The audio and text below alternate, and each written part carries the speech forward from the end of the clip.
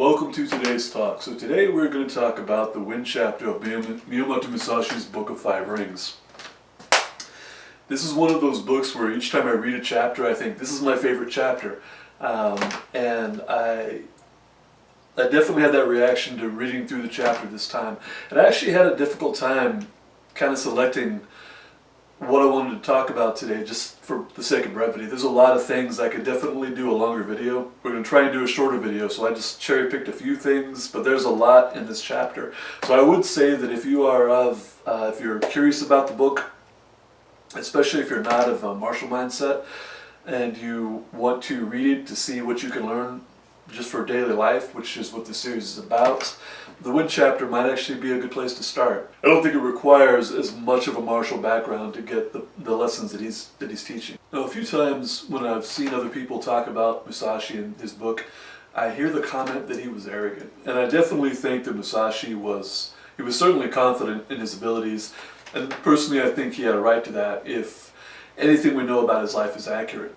But in this chapter he does something at the end that's kind of easy to miss, but I feel like it takes away a little bit from the ego argument. So towards the end of the video I'll disclose what that is. In this chapter we see, if you read the book, by this time you should be seeing a lot of common threads. He talks about taking the initiative consistently throughout the book. That's consistent with this chapter. He talks about rhythm again. And he talks quite a bit about preferences and, in his opinion, how having preferences can be detrimental. His opening idea, which was that in order to understand a subject, sometimes you have to understand the competition, essentially, is what he's getting at. So in the Wind chapter, what Musashi does is he breaks down some major points from different schools that existed in his lifetime, and what he disagrees with, essentially, and why he thinks that they are not optimal for someone who would put their life on the line in a conflict. Now, this is an interesting idea, and it's definitely something that I think happens.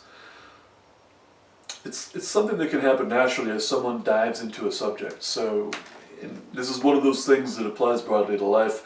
It really doesn't matter what the subject is. If it's anything with any kind of competition, understanding the competition can do a lot to help you understand your own product or your own service or whatever. There is a caveat here that I think is important, and this isn't part of the book. This is free. This is from me to you. It's just something that I've learned over the years. Is it can only help you to understand your competition and what they offer and what the differences are. Be really cautious about criticizing the competition, especially if the potential client has bought something from them, because you can unintentionally, unknowingly insult your potential client. So the first topic he covers is he's talking about the lengths of various weapons. And in his time there were schools that promoted very long swords, and there were schools that promoted very short swords. And he talks a little bit about some of the reasoning behind both schools of thought and the proponents of those things. His main point for why he doesn't like either approach, this is pretty interesting. It's not that he dislikes swords that are very long or that he dislikes swords that are very short. Musashi's real big on doing what's appropriate at the time. So his point is you shouldn't have an attachment to a specific thing, because it can create what he calls a bad frame of mind, which is essentially just, if you feel like you have to have something really specific, it can create a lack of confidence if you don't have access to that. In an earlier video, when we first introduced the idea of preferences, I gave an example of cooking because that's pretty benign, but I like cast iron. If I go to a friend's house to cook and they don't have cast iron, if I get hung up on that, it can affect my ability to prepare the meal. So if I'm not worried about that, I might discover something they have that's fantastic, and that's actually happened. So a couple of things he says that tie this in nicely, I feel, is he says that if you, having a preference for whatever it is, can cause you to doubt your skill and enter a bad frame of mind, which essentially means that you could, in his case he's talking about conflict, so you might lose your life because you're concerned about something that you can't control.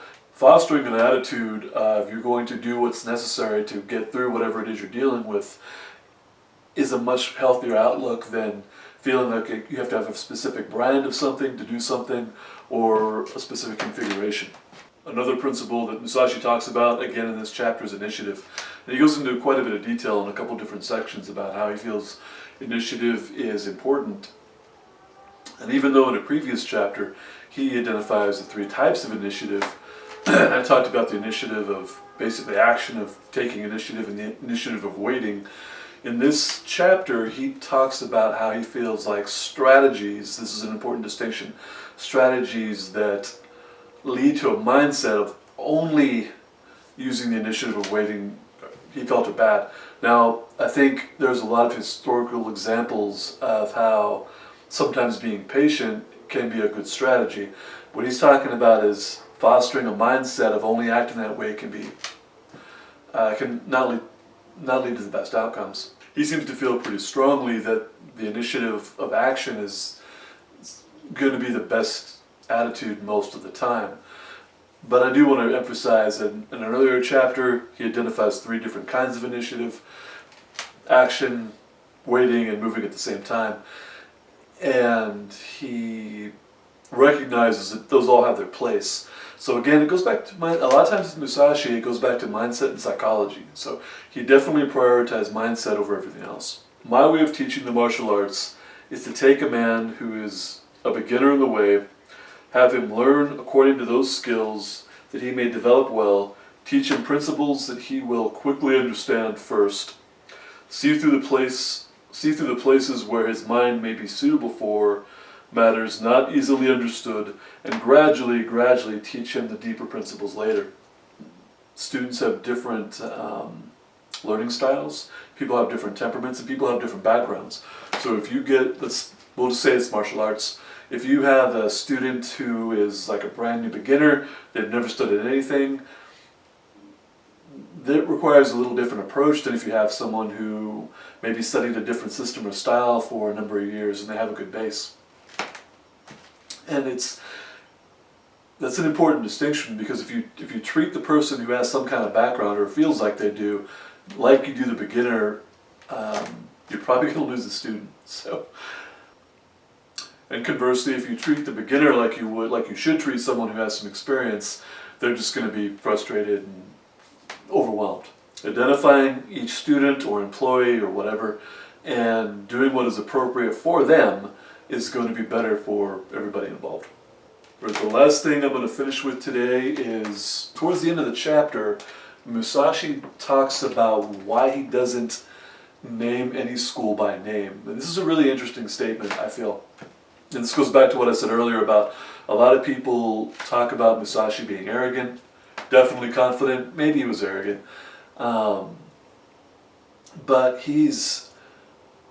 even though he's trying to found his own school, he wrote this to pass on to his students, he was thinking about the future and the future of martial arts in his country, and so he doesn't name any particular styles by name, although I'm sure people who read the text close to the time probably knew who he was talking about. But the reason he didn't do that was because he says that within one school, different people will have different opinions, even though they have kind of a similar theme. So out of consideration for students that weren't even born yet, he doesn't mention any of the schools by name. I find that interesting. I think that shows some humility and some maturity. People don't always attribute that to him, so I find that interesting. So I have used up all my words. I'm done. Go read a book.